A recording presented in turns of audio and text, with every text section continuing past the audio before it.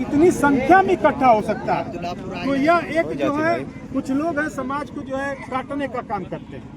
वो कहते हैं कि अरे फलाने क्या कर सकते हैं, ढिकाने क्या कर सकते हैं। लेकिन इस कार्यक्रम के माध्यम से हमारे नौजवान साथियों ने, हमारे जो गार्जियन स्वरूप यहाँ उपस्थित हैं, इनके आशीर्वाद से इतने बड़े कार्यक्रम का आयोजन हुआ जो उत्तर प्रदेश में अपना एक स्थान रखता। और मैं इस वचन के साथ हर विश्वकर्मा पूरे उत्तर प्रदेश में अगर किसी भी विश्वकर्मा समाज के साथ अन्याय होता है, उनको न्याय नहीं मिलता है, कहीं थाने में उनको प्रताड़ित किया जाता है, तो हम सभी अब जाग चुके हैं। सिलसिला जख्म जख्म जारी है, ये जमी दूर तक हमारी है।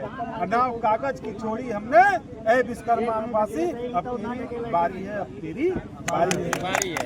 तो अभी देखा जाए तो सभी थाना हो, चाहे कोर्ट हो, चाहे डीएम, एसडीएम हो, चाहे आर्मी के जवान हो, हर एक स्तर पे विश्वकर्मा समाज के लोग पाए जाते हैं। लेकिन विश्वकर्मा समाज को लोग ऐसे व्यक्ति के रूप में देखते हैं कि कहीं उनका अस्तित्व नहीं है। लेकिन अब विश्वकर्मा जाग चुका है। जी बिल्कुल।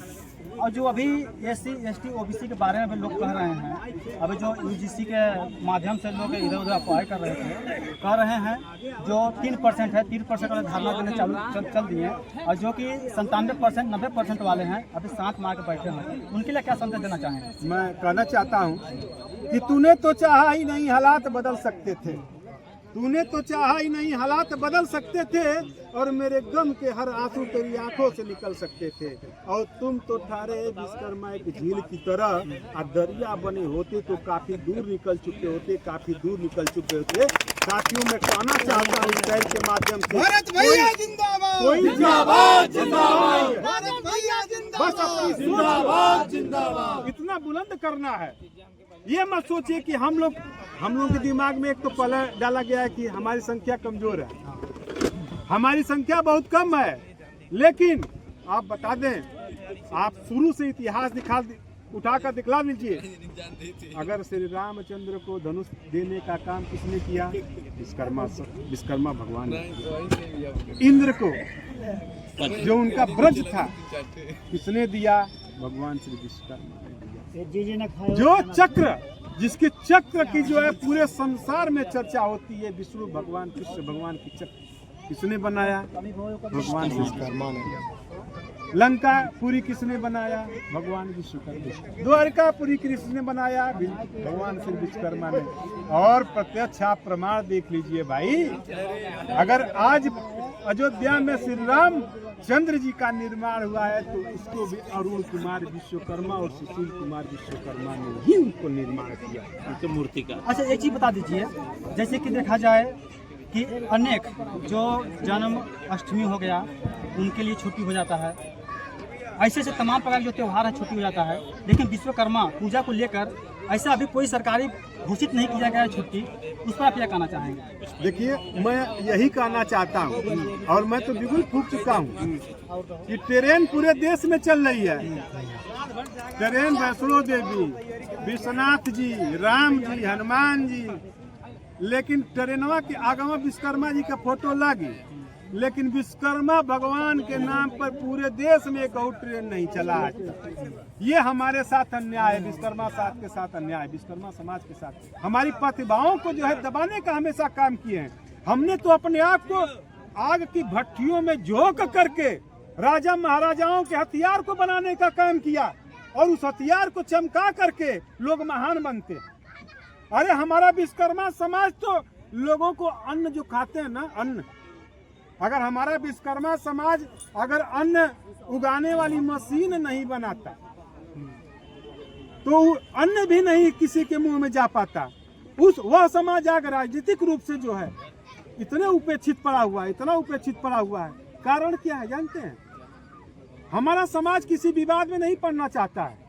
वह निर्माण कार्य में उसको बता दीजिए कि भैया विधानसभा बनावे के है, राज्यसभा बनावे के है, सांसद बना के उलग जाइए दिन रात। और जब निर्माण कार्य में जो भी व्यक्ति काम करता है, उसका सर हमेशा नीचे रहता है। वह सर उठा करके नहीं देख पाता है कि अगल बगल में क्या हो रहा है। इसलिए हमारी जो सामाजिक संरचनाएं हैं वह पूरी तरह से शून्य है।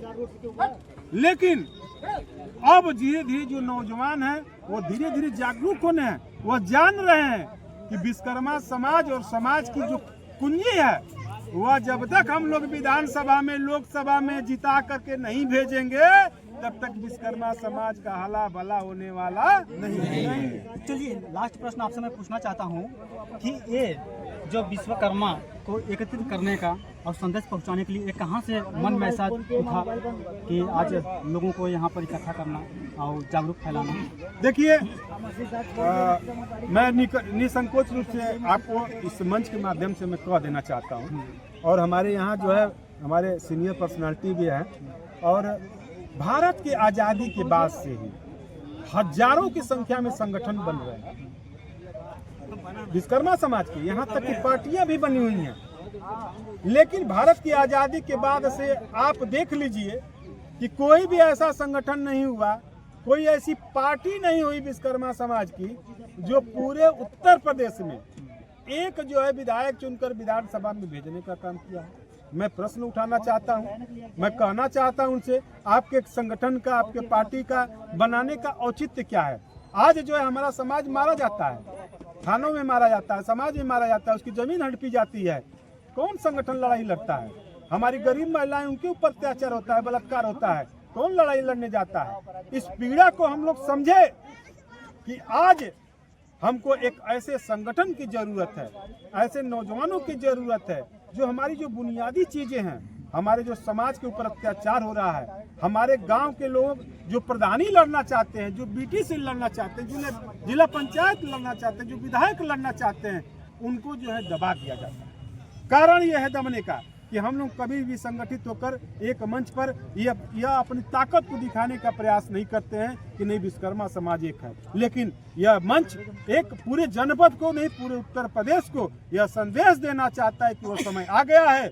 आप विधायकी का चुनाव लड़िए, ग्राम प्रधान का चुनाव लड़िए, बीटीसी का चुनाव लड़िए। यह संगठन आपके बीच में आपके तन मन धन से मदद करके आपको विधानसभा में, ग्राम प्रधान में, जिला पंचायत में भेजने का काम करेगा। इसी सोच को लेकर के हम यह सभी संगठन जो नया निर्माण हुआ है उसको लेकर के लोगों के बीच में जा रहे हैं, और हमेशा जब तक अपने मिशन में फतह नहीं कर लेंगे यह मिशन जारी रहे। विश्वकर्मा समाज जिंदाबाद, जिंदाबाद जिंदाबाद, मित्र जिंदाबाद, जिंदाबाद जिंदाबाद, कमेंट कर दीजिएगा। जिंदाबाद जिंदाबाद, भारत भैया जिंदाबाद, जिंदाबाद जिंदाबाद, राजेश भैया जिंदाबाद, जिंदाबाद जिंदाबाद।